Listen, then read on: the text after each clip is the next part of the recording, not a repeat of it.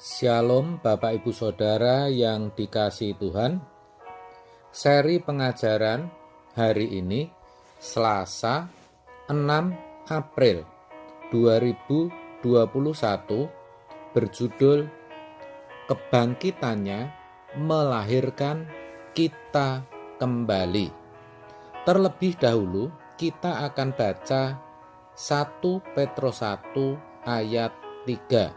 Demikian bunyinya, terpujilah Allah dan Bapa Tuhan kita Yesus Kristus, yang karena rahmat-Nya yang besar telah melahirkan kita kembali oleh kebangkitan Yesus Kristus dari antara orang mati kepada suatu hidup yang penuh pengharapan.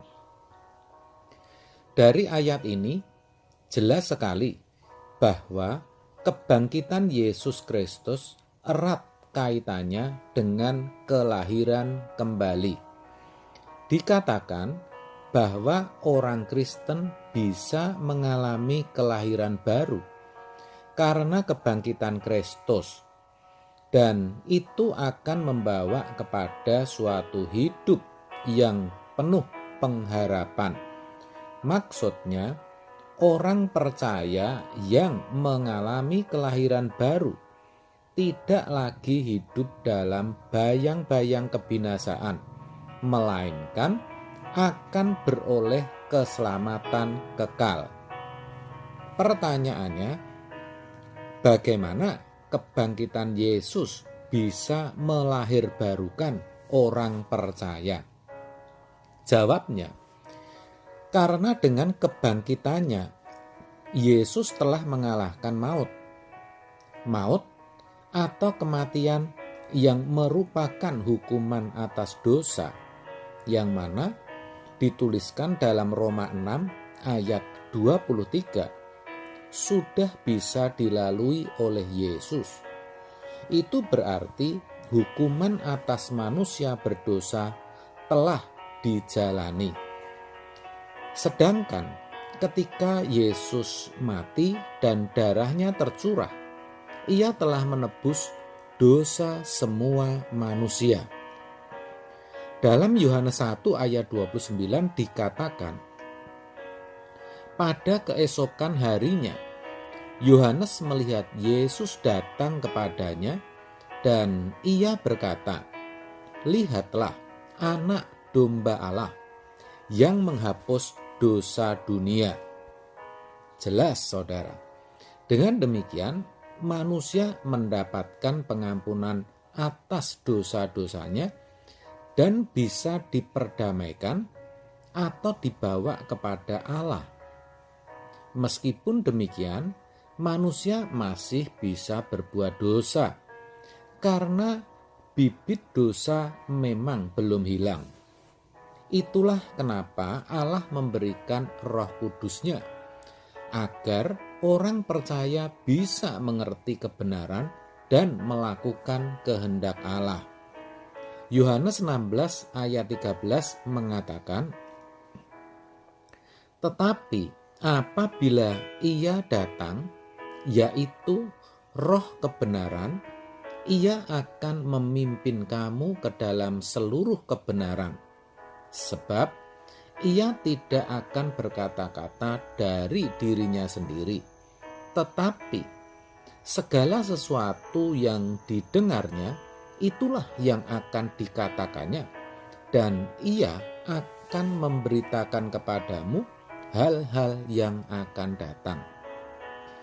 Kebenaran yang dimaksud adalah Injil atau firman Tuhan, Logos, serta pengalaman hidup, rema. Injil inilah yang bisa menguduskan manusia dari kodrat dosa atau yang bisa mematikan bibit dosa itu. Yohanes 17 ayat 17 mengatakan, kuduskanlah mereka dalam kebenaran, firman-Mu adalah kebenaran. Disinilah dibutuhkan peran manusia. Artinya, orang harus punya keniatan untuk mengerti firman dengan benar dan juga memiliki kepekaan terhadap pengalaman hidupnya. Ini dimungkinkan, saudara, oleh karena adanya Roh Kudus. Dengan demikian, orang percaya yang mau terus-menerus belajar kebenaran, tentu dengan pertolongan Roh Kudus, akan mengalami pertobatan setiap hari. Artinya, pikirannya selalu akan dibaharui oleh firman dari hari ke sehari. Itulah yang namanya proses kelahiran baru, yang mana terus berlangsung sepanjang hidup orang percaya sampai suatu saat benar-benar mengalami kelahiran baru.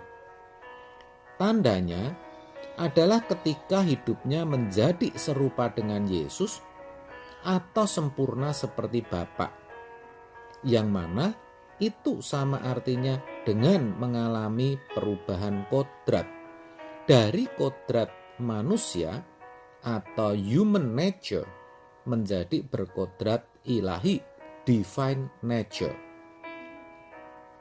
Orang percaya yang sudah mengalami lahir baru bukan saja tidak akan berbuat dosa, tetapi memang sudah tidak bisa berbuat dosa lagi. Sebentar, jangan saudara berkata, "Mana bisa, Pak?"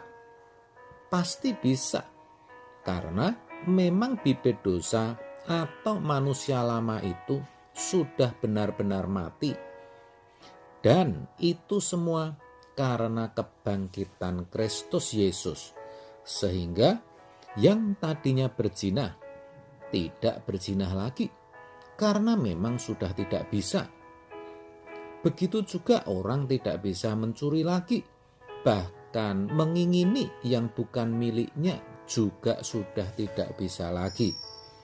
Yang ucapannya sering melukai sudah berubah menjadi ucapan yang meneduhkan. Kebencian sudah tidak ada lagi dalam hatinya.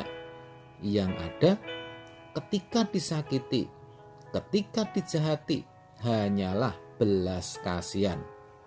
Luar biasa bukan, saudara? Itulah kenapa di awal tadi dikatakan bahwa kebangkitannya memberi suatu hidup yang penuh harapan. Artinya, orang percaya yang sudah mengalami kelahiran baru akan beroleh kehidupan kekal di kerajaan surga nanti. Amin. Tuhan Yesus memberkati.